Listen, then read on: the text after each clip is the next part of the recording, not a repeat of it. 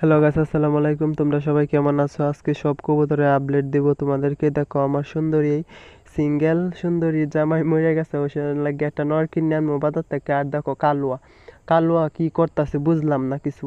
ওই এই যে মাদির সাথে জোর দিছি, বাচ্চা দেয় না। আর এটার বাচ্চা হয়েছিল, জবাই করে খায়া পালাছে একটা বাচ্চা দেখে। আর এই কূপে দেখো বাচ্চা দিছে এক জোড়া। বাচ্চাটা একটা বাচ্চা ছোট হয়েছে, একটা বাচ্চা বড় হয়েছে। সব সময় খাবার দেই, তেও এমন করে। আজকে আমি নিজে খাওয়াইছি ওই ছোট বাচ্চাটা একদম খাওয়াই না। আরে দেখো একটা কত বড় করে লাইছে। আর হেটারে খাবার খাওয়াই না, মাদি দুইটাতে একটাও খাওয়াই না, আজকে আমি খাওয়াইছি। আর এই দেখো কালুয়া কি করতেছে, কালুয়া বুঝতেছি না। আর সব আছে এলো আমার প্রথম একটা জোড়া ছিল, এই যে দেখাইছি তোমাদেরকে।